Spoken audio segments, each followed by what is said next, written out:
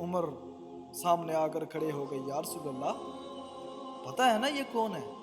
فرمایا ہاں پتہ ہے۔ تو آپ اس کا جنازہ کیوں پڑھا رہے ہیں؟ فرمایا میرے اللہ نے مجھے ابھی تک روکا نہیں ہے، میرے اللہ نے مجھے ابھی تک روکا نہیں ہے۔ یوں کہا پڑھ نہ پڑھ میں معاف نہیں کروں گا، میں پڑھتا ہوں شاید اللہ معاف کر دے۔ وَإِن تَسْتَغْفِرْ لَهُمْ 70 مَرَّةً فَلَن يَسْتَغْفِرُ اللَّهُ لَهُمْ، اے نبی 70 مرتبہ پڑھ دے جنازہ میں پھر بھی معاف نہیں کروں گا۔ اگر میرا اللہ کہتا ہے میرے محبوب اگر آپ 70 دفعہ اس کے جنازے کی دعا کریں گے تو میں معاف کر دوں گا، تو آپ نے فرمایا میں اس کمبخت کا 70 دفعہ جنازہ پڑھانے کے لیے تیار ہو گیا تھا۔ اس کے امتی ہو کر سلام کا جواب نہ دیں، ایک دوسرے کے پیچھے نماز نہ پڑھیں اور کفر کے فتوے لگائیں، فلانا کافر فلانا کافر۔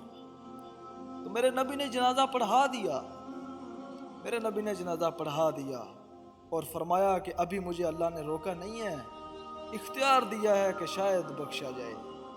اس کی میت کو لے کر چلے گئے، جلدی نکل گئے تو میرے نبی تھوڑا پیچھے رہ گئے، تو اس کو قبر میں اتار دیا، تو فرمایا اس کی میت کو باہر نکالو۔ میت کو نکالا گیا تو اپنا لعاب انگلی پر لگا کر اس کے منہ میں ڈالا اور کہا شاید اللہ اس کے طفیل اس کی بخشش کر دے۔ اس منظر کو دیکھ کر 100 منافقوں نکلنا پڑا، 100 منافق۔ تو میرے بھائیوں ایسے علماء کا اعلی کار مت بنے جو مسلمان سے کافر پیش کرے۔ مسلمان بنو، مومن بنو۔ اللہ نے ہمارا نام مسلمان رکھا ہے، مومن رکھا ہے۔ میرا تیرا لقب، میرا تیرا تعارف ایمان ہے، اسلام ہے۔ ایک دوسرے سے ایسی نفرت، امت تو ختم ہو گئی، گروہ بن گئے، فرقے بن گئے، ٹکڑے ٹکڑے ہو گئے۔ وہابی ہے، سنی ہے، شیعہ ہے، نقش بندی ہے، سور وردی ہے، یہ کر دو وہ کر دو، یہ کافر وہ کافر۔ ارے لوگوں نے مسجدوں کے باہر لکھوا رکھا ہے کہ وہابی کا آنا منع ہے، نقش بندی کا آنا منع ہے، سور وردی کا آنا منع ہے۔ کیا اللہ کو جان نہیں دینی؟ کیا اللہ دیکھ نہیں رہا؟ فرقے بن گئے، ٹکڑے ٹکڑے ہو گئی یہ امت، تو اللہ کی مدد کس پر آئے؟ کس پر کیوں آئے؟ ادھر مذہب کے نام پر نفرت اور ادھر تہذیب کے نام پر ننگا پن، ناچ آوارگی۔ کدھر سے آئے اللہ کی مدد؟ کدھر سے آئے اللہ کی مدد؟ مسلمان بن کے رہو، حوصلوں میں۔ کوئی لڑا ہو، آپ میں سے کوئی لڑا ہو تو ابھی اٹھ کے گلے لگ جائے ایک دوسرے کے۔ میرے نبی کا فرمان ہے 2 مسلمان لڑ پڑیں پھر 3 دن تک صلح نہ کریں تو میری طرف سے یہودی مریں عیسائی مریں، مجھے کوئی فرق نہیں پڑتا، مجھے ان کی کوئی ضرورت نہیں ہے۔ اور ہر پیر اور جمعرات کو اللہ کی بارگاہ میں اعمال پیش کیے جاتے ہیں۔ تو جب 2 مسلمان، 2 عورتیں، 2 مرد، 2 نوجوان، 2 لڑکے، 2 لڑکیاں، 2 بھائی، 2 پڑوسی آپس میں لڑے ہوئے ہوں، سلام دعا نہیں ہے۔ جب تک یہ توبہ نہیں کرتے میں کوئی عمل اللہ کے ہاں قبول نہیں ہوتا۔